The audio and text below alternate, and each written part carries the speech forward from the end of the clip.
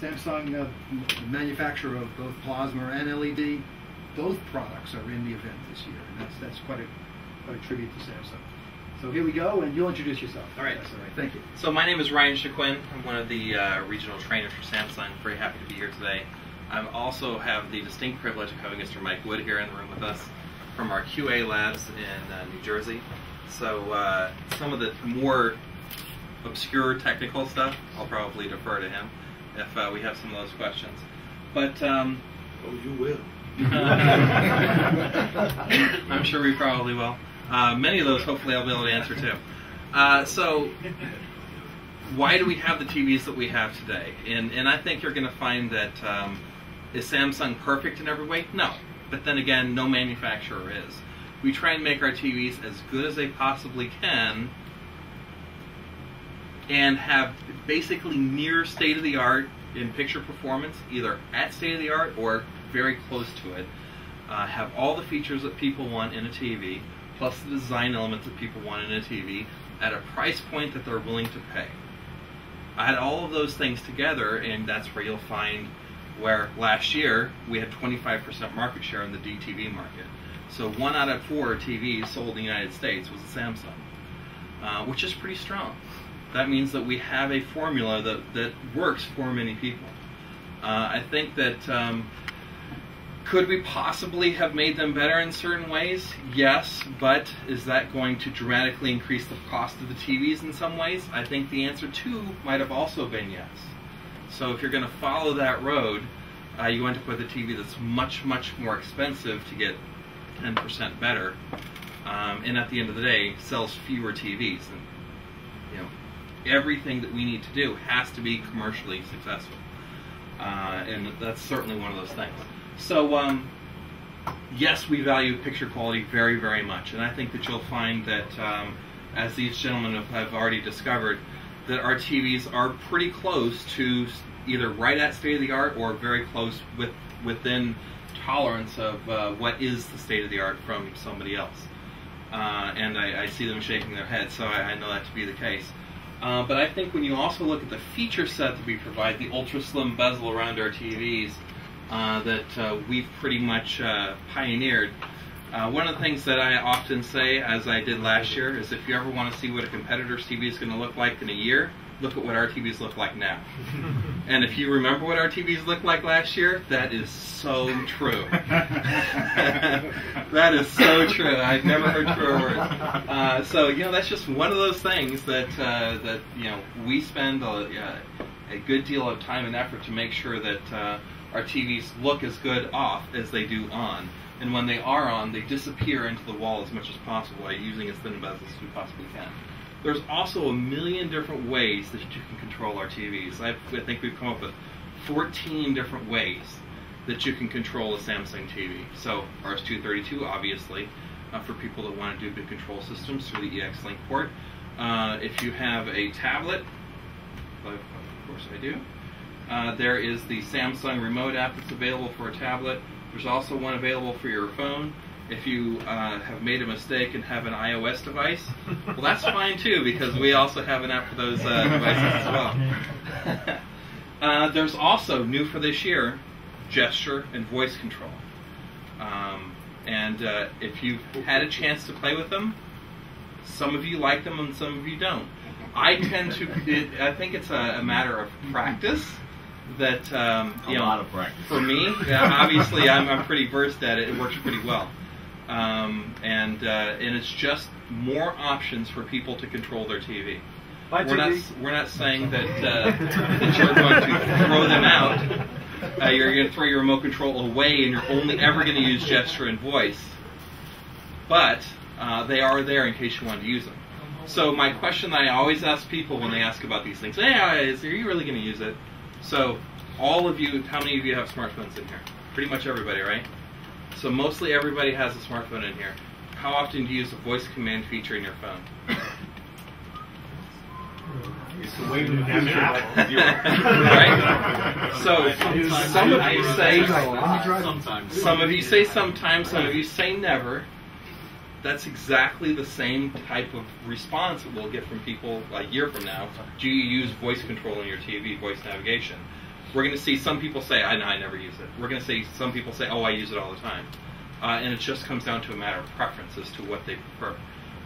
Though the tweaks in the room, you're used to the traditional remote control, that's fine, that's great, that's why it's in the box.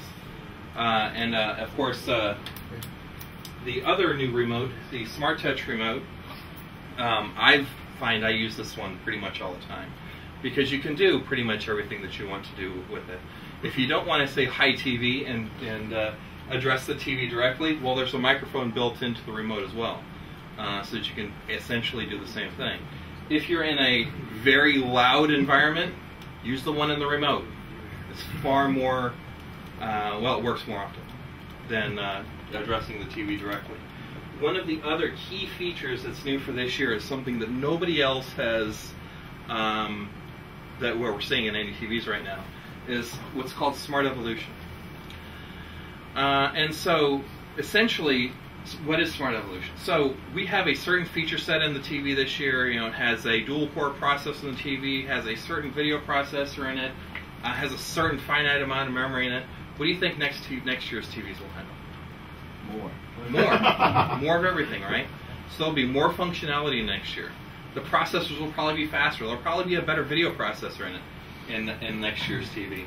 So essentially what we have is a port in the back of the TV that will allow a consumer in 2013 to buy a kit, an Evolution kit, that they'll be able to simply snap onto the back of their TV that will give their 12 TV the same performance level as a 13 TV. So that will be both hardware and software enhancements for next year. Yes. I have a question regarding this. I was not aware that changed the video processing. Yes. Does that mean if the video processing changes or can be upgraded year on year in the same TV, customers who have had it calibrated will lose the calibration? We don't know yet. Okay. Because this is all, at this point, we don't have a kit. Have you seen the kit yet, Mike? I haven't seen one. I've seen the empty chassis that it's supposed to look like. Because I know from experience that I had clients that lost their calibration just with simple firmware updates and even over the internet. Right. With Samsung. So that is certainly a possibility. Probably but at this point, we don't know. So it's a cartridge? It's a card.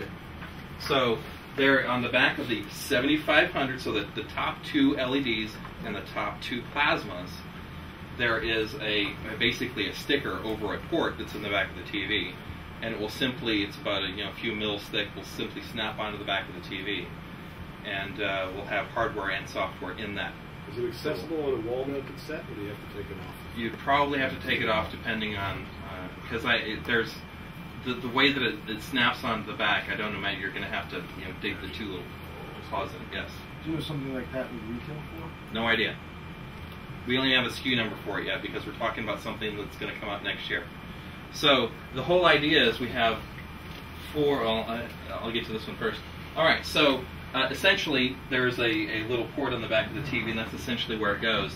And it will have upgraded performance applications, picture quality. And so one of the questions that people asked right off was, well, aren't you going to rob sales for next year? Well, the answer is no, because generally, when you're selling somebody a TV, you're taking them out of the market for 7 years. Yeah. This is only for 4 rolling years of coverage that we're covering this particular item.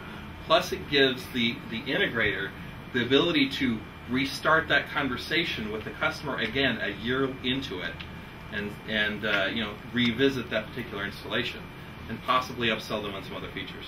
You said it was a 4-year rolling upgrade, so that means you'd have to buy the kit every year? Nope. You wanted to.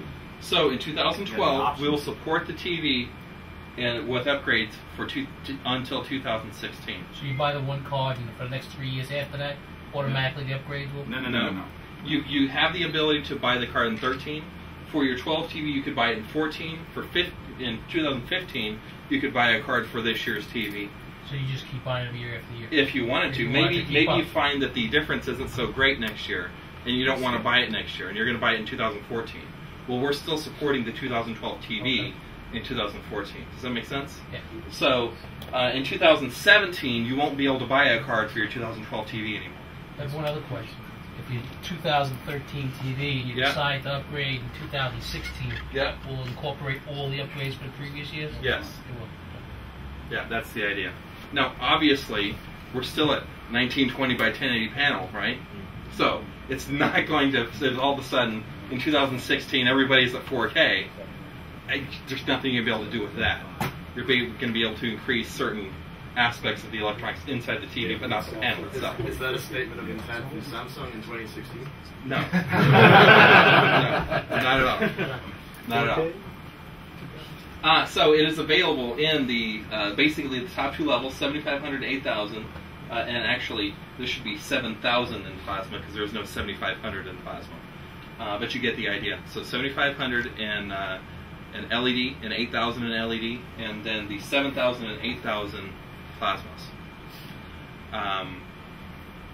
Any questions so far?